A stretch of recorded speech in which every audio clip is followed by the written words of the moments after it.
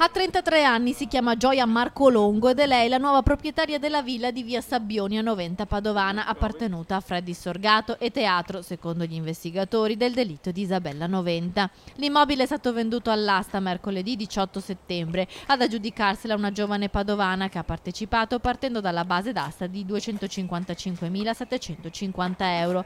Ha partecipato all'incanto anche un'altra persona che ha proposto un solo rialzo. Alla fine ha vinto la 33enne con un rilancio che ha chiuso la vendita a 261.750 euro. Gioia Marcolongo ha dichiarato di essere emozionata, anche se ha confessato di non sapere ancora se andrà ad abitare in quell'abitazione o se verrà messa a reddito. Il denaro della vendita andrà alla famiglia di Isabella Noventa, come stabilito dai giudici del primo e secondo grado di giudizio, che hanno condannato i due fratelli Sorgato, Deborah e Freddy, a 30 anni di pena e a 16 anni la complice, la tabaccaia veneziana Manuela Cacco.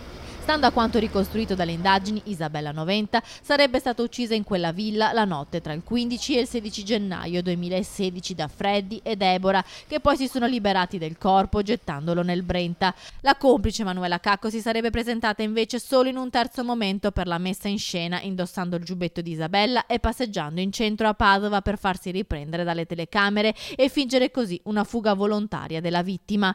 A confessare la messa in scena è stata la Manuela Cacco, che ha accusato gli altri due. Il processo ora attende ancora il verdetto della Cassazione. Intanto la procura di Rovigo sta analizzando in questi giorni alcuni frammenti di ossa trovate nella spiaggia di Albarella lo scorso agosto e che qualcuno ipotizza possano appartenere proprio al cadavere mai ritrovato di Isabella Noventa.